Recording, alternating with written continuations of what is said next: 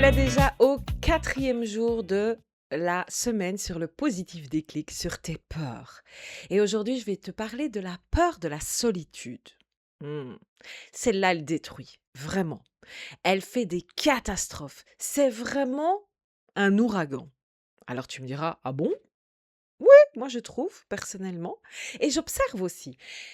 Je vais t'expliquer plus tard dans cette vidéo. Moi, j'aime beaucoup les séries policières et tu vas voir que c'est une des raisons principales de meurtre.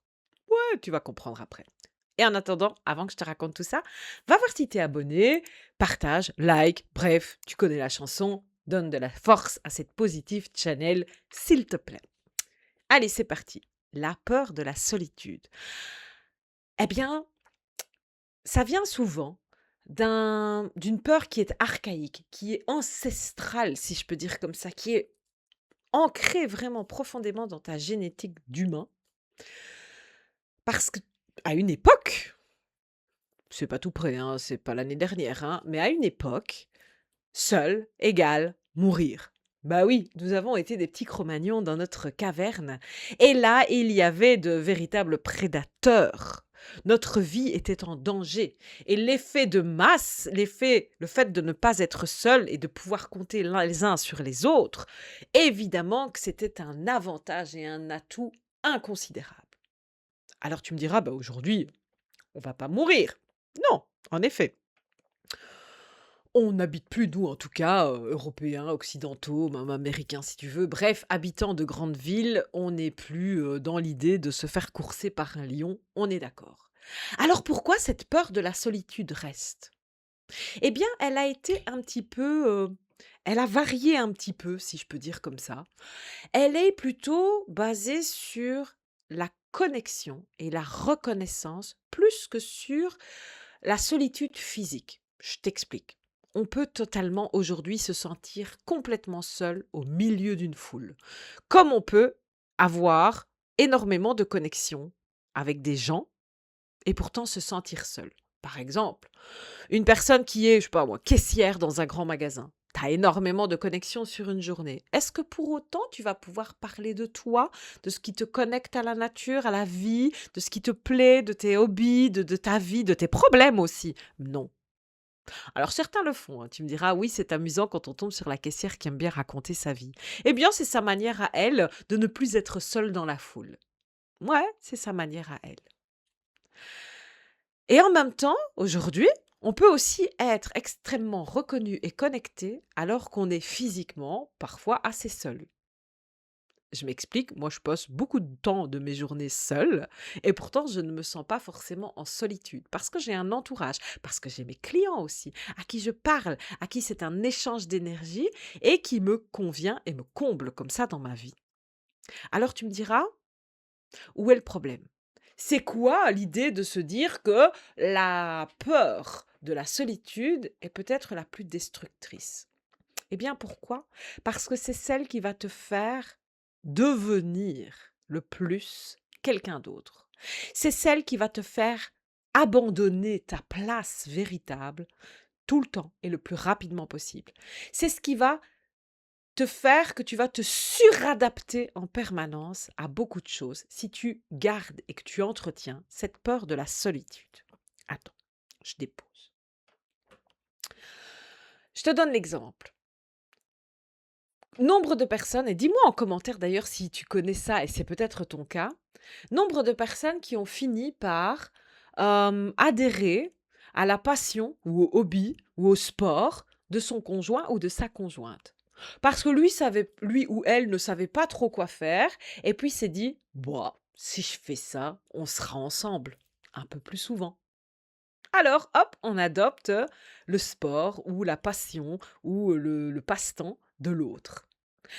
Alors parfois c'est bien, ça fait découvrir des choses et peut-être même des choses que tu aimeras profondément toi-même aussi. Mais on est d'accord quand même, faut pas être hypocrite, hein. Il y a quand même une grande partie pour lequel tu vas faire quelque chose, juste pour être dans l'appartenance du même club, de la même famille, de la même rencontre que une autre personne. Pour ne pas te sentir seul, tout simplement. Juste pour ne pas te sentir seul. Un autre exemple, aussi. Bah oui, combien de fois tu vas aussi, plus ou moins entre guillemets, t'obliger à avoir une activité extérieure. Te dire: «Bon allez, il faut que je me trouve un sport ou un loisir parce que franchement, je vois personne. Faut que j'aille me connecter aux gens, j'ai besoin de reconnaissance» et c'est vrai que le fait d'appartenir à une communauté quelle qu'elle soit, que ce soit la communauté du tricot de ton quartier ou le club de basket ou les fans de Star Wars, ou de Lego, on s'en fout. En attendant, ça te reconnecte. L'exemple aussi des jeux vidéo. Pourquoi, à un moment donné, le jeu vidéo en ligne et en connexion a tant explosé? Parce qu'aujourd'hui, tu peux te sentir totalement connecté avec un groupe, une team, une équipe, vraiment, alors que tu es tout seul chez toi dans ton salon. Donc tu es totalement seul physiquement et pourtant tu ne te sens pas seul parce que on t'attend. On compte sur toi dans le Call of Duty, tu vois? Tu es membre de l'équipe à part entière, tu dois aller faire des kills, comme on dit. C'est comme ça. C'est ça la solitude. Et pour en revenir à mes séries, télé, policières, souvent, on finit enfin les personnes qui font des meurtres dans ces séries-là, souvent, c'est parce qu'à un moment donné, elles sentent qu'elles vont être exclues de la communauté dans laquelle elles se sentaient en reconnaissance. Le couple, hein, ça peut être ça, hein. Une troisième personne vient dans la danse et tu te dis: «Ah non, non, non, non, non, non, hein, moi je ne veux pas être exclu».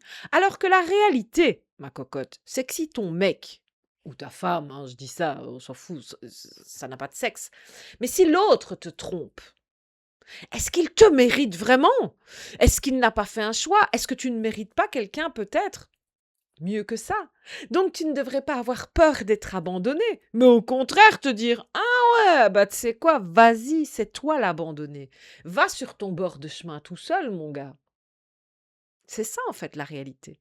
Mais beaucoup vont accepter et vont même aller remettre la faute sur la troisième personne, juste pour ne pas être seul, pour garder cette présence et cette identité de couple. Cette identité de couple. Tu t'imagines? Donc tu crées ton identité par rapport aux autres. C'est ça la peur de la solitude. Et c'est là où ça t'emmène. Alors j'ai envie de te laisser un petit exercice aujourd'hui, quelque chose à faire. Là, tout de suite, cette vidéo va se terminer dans quelques secondes. Fais un message à une personne que tu apprécies, une amie, un collègue, ta sœur, ton père, ta mère, on s'en fout. Fais un message. Dis juste: «Coucou, ça va? Comment vas-tu aujourd'hui?» Connecte-toi. Va soigner cette solitude. Rends-toi compte que tu es plus entouré que tu ne penses et d'une pierre deux coups, va montrer à l'autre qu'il est plus entouré qu'il ne pense. Ne le laisse pas se morfondre dans sa solitude. Allez, je te dis à demain pour la dernière peur de cette semaine.